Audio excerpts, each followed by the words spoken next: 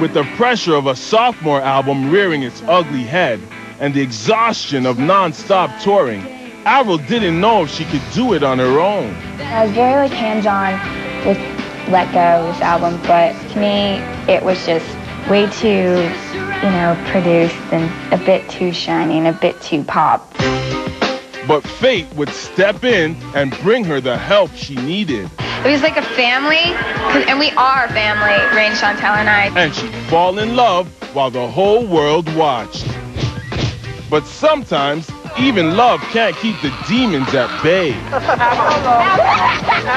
And nothing could have prepared Avril for the explosive backlash she was about to encounter. Could you imagine, filming a reality TV show? Next on Born to Be.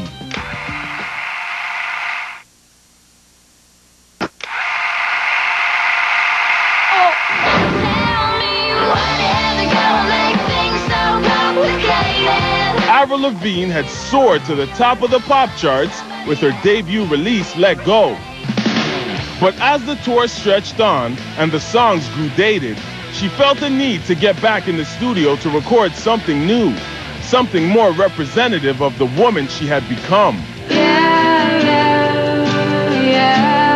With a massively successful debut album under her belt, Avril had the leverage she needed to make a follow-up without compromise.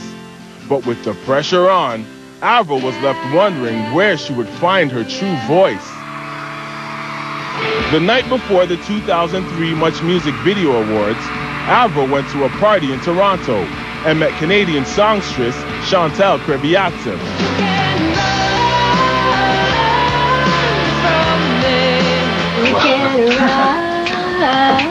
That's good. That's good. We've been practicing for a while. I'm not good at Skater Boy at all. It was a meeting that would have a huge impact on her life. I just said, do you want to write a song? And then we wrote, and then we're like, let's write again. The partnership was so fruitful that Avril spent the summer recording with Chantel and her husband, Our Lady Peace frontman Rain Maida. It was like a family, and we are family, Rain, Chantel, and I. Aww. But while Avril was growing musically, a prying public was scrutinizing her personal life. In early 2004, rumors began to circulate that Avril was romantically involved with longtime friend and Sum 41 frontman Derek Whibley. Are you in love? Let's not talk about personal life. Well, I couldn't tell you why she felt that way. In June 2005, Avril made headlines when she announced that she and Derek were engaged to be married. And by July 2006, the couple made it official. I must be dreaming. When I met Derek the first time, I totally knew.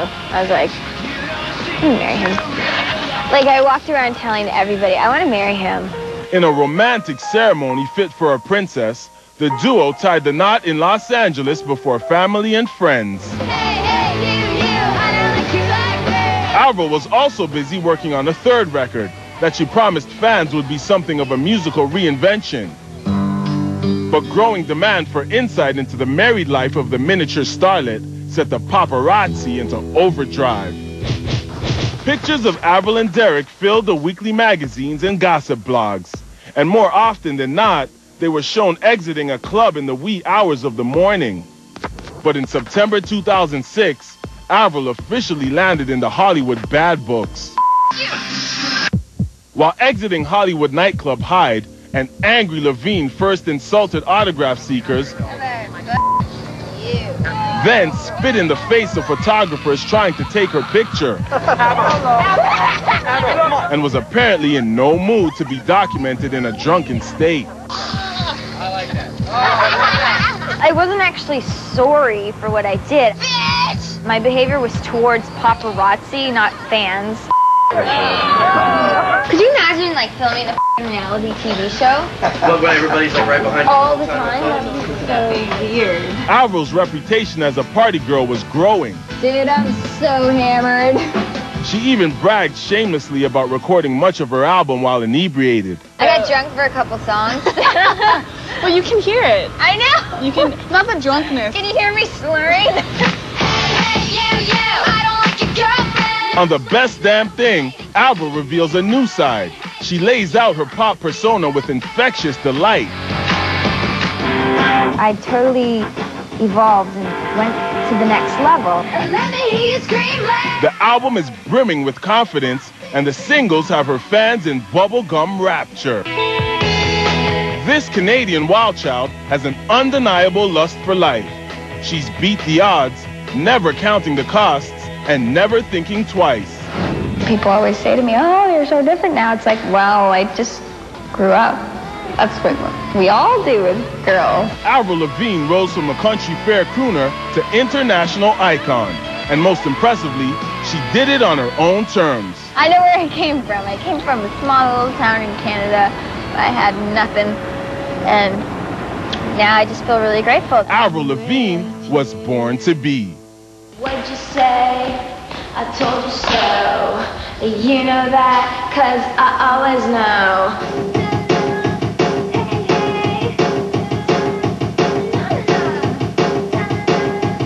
I'm so... Is that what happens? Legs? Yeah. I'm so sick of you. You're on my nerves. I want to puke. Get out of my face.